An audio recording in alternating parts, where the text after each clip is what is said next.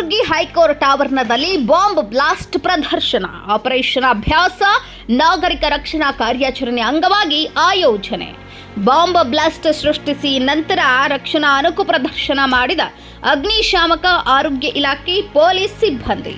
ಹೈಕೋರ್ಟ್ನಲ್ಲಿ ಡ್ರೋನ್ ಮೂಲಕ ಬಾಂಬ್ ಹಾಕಿರುವುದನ್ನು ಸೈರನ್ ಸೌಂಡ್, ಗಾಬರಿಯಿಂದ ನ್ಯಾಯಾಧೀಶರು, ವಕೀಲರು, ಸಿಬ್ಬಂದಿಗಳು, ಕಕ್ಷಿದಾರರು ಕಚೇರಿಯಿಂದ ಓಡಿ ಬರುವ ದೃಶ್ಯ. ಸ್ಥಳಕ್ಕೆ ಆಗಮಿಸಿದ ಬಾಂಬ್ ನಿಷ್ಕ್ರಿಯ ದಳದ ಸಿಬ್ಬಂದಿಯಿಂದ ಆವರಣ ತಪಾಸಣೆ. ಪತ್ತೆಯಾದ ಒಂದು ಬಾಂಬ್ ನಿಷ್ಕ್ರಿಯಗೊಳಿಸುವ ಸಿಬ್ಬಂದಿ. ಹೈಕೋರ್ಟ್ ಆವರಣ ಮತ್ತು ಕಟ್ಟಡ ಸುತ್ತುವರಿದ ಸಿಐಎಸ್ಎಫ್ ಸಿಬ್ಬಂದಿ. ಕಟ್ಟಡದಲ್ಲಿ ಉಗ್ರರು ಯಾರಾದರೂ ಅಡಗಿದ್ದಾರೆಯೇ? ಒತ್ತೆಯಾಳು ಇರಿಸಲಾಗಿದೆಯಾ?